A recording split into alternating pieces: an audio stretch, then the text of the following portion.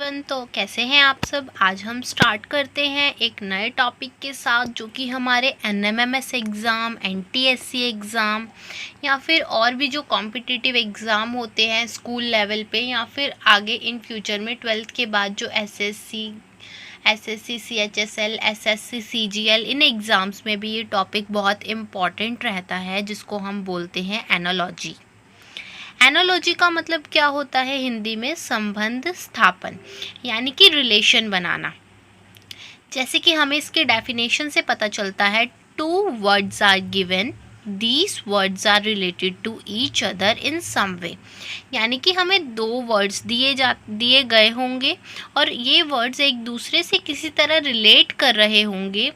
तो वैसे ही हमें दूसरे वर्ड का बताना है कि जो ये वर्ड दे रखा है ये किससे रिलेट कर रहा है। एक हमें दिया जाएगा, एक वर्ड के बीच में रिलेशन और दूसरे के बीच में रिलेशन हमें बताना होगा।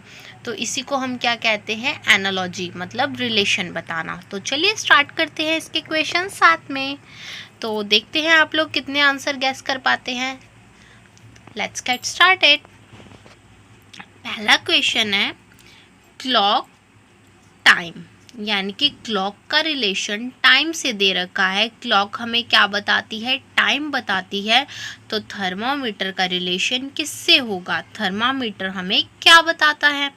तो थर्मामीटर क्या होता है? जब हमें फीवर आता है तो हम यूज़ करते हैं, उसी को क्या कहते हैं? उस डिवाइस को हम बोलते हैं थर्मामीटर। तो थर्मामीटर से हम क्या चेक करते हैं? अपना फीवर का टेम्परेचर। तो इसका सही आंसर क्या रहेगा? हीट, रेडिएशन, एनर्जी या फिर टेम्परेचर। तो थर्मामीटर का रिलेशन किससे है? टेम्परेचर से, जिसे हम हिंदी में क्या बोलते हैं? तापमान बोलते हैं। तो हमने हिंदी में भी दे रखा है इस क्वेश्चन को। दीवार घड़ी का संबंध समय से है, तो थर्मामीटर का संबंध किससे होगा? ऊष्मा यानी कि हीट, विकिरण यानी कि रेडिएशन, एनर्जी यानी कि ऊर्जा और तापमान यानी कि टेम्परेचर। तो थर्मामीटर का रिलेशन किससे होगा? तापमान से। चलिए नेक्स्ट क्वेश्चन पे चलते हैं। नेक्स्ट क्वेश्चन है, ओशन का रिलेशन वाटर से है, तो ग्लेशियर का रिलेशन किससे होगा? ओशन क्या होता है? ओशन महासागर होता है। तो ओशन में क्या होता है? पानी होता है। और ग्लेशियर में क्या होती है?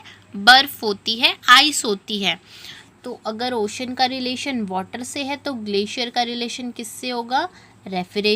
रेफ्रिजरेटर यानी कि फ्रिज, आइस यानी कि बर्फ, माउंटेन यानी कि पहाड़, केव यानी कि गुफा। तो ग्लेशियर का रिलेशन किससे होगा? आइस से यानी कि बर्फ से। ऐसे ही हमने हिंदी में भी दे रखा है, महासागर का अगर संबंध पानी से है तो ग्लेशियर का संबंध किससे होगा? बर्फ से होगा। अगला क्वेश्चन है, फूड का रिलेशन स्टमक से है, तो फ्यूल का रिलेशन किससे होगा? फूड हमारे कहाँ जाता है? पेट में जाता है, हमारे स्टमक में जाता है। तो फ्यूल किस में जाता है? प्लेन में, ट्रक में, इंजन में या ऑटोमोबाइल में? फ्यूल किस में जाता है? हमारे इंजन में। फ्यूल जाता है हमारे इंजन में। फ्यूल से हमारा इंजन चलता है ना, क्योंकि फूड से हमारी बॉडी चलती है, हमारे स्टमक में जाता है, और फ्यूल कहाँ पे जाता है? इंजन में। तो भोजन अगर पेट में जाता है तो ईंधन कहाँ जाता है? इंजन में।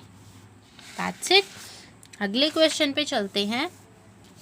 अगला है, मैंगो का रिलेशन फ्रूट से है, तो पोटैटो का रिलेशन किससे होगा?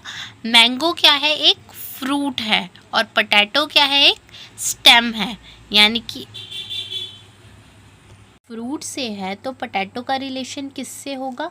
मैंगो अगर फ्रूट है तो पोटैटो क्या है? एक स्टेम है, एक तना है।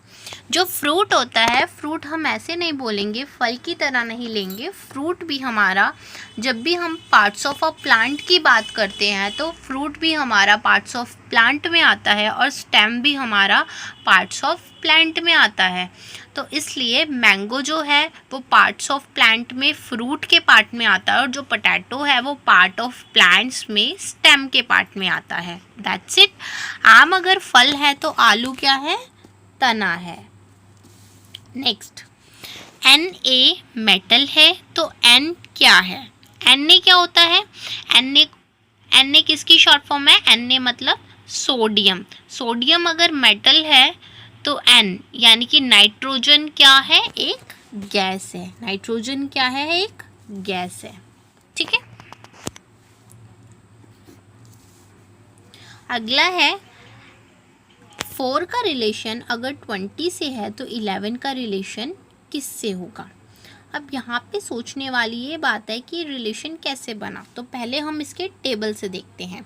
तो 4 के टेबल में 20 आता है, तो देखते हैं 4 5 ज़ा 20, तो 4 5 ज़ा क्या होता है? 20 होता है। तो 11 5 ज़ा क्या आएगा? 55। तो 11 का रिलेशन किससे हो जाएगा? 55 से, यानी कि 55 से। ठीक है। नेक्स्ट क्वेश्चन पे चलते हैं। 2 का रिलेशन अगर 5 से है तो 5 का रिलेशन किससे होगा?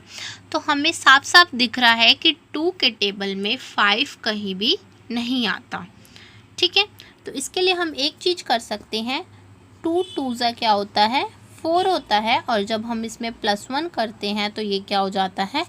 5 हो जाता है। ठीक है। तो 2 के इसमें देखते हैं, 5 2 ज़ा क्या होता है? 10 होता है। अगर हम इसमें +1 करते हैं तो 11 आ रहा है? नहीं आ रहा।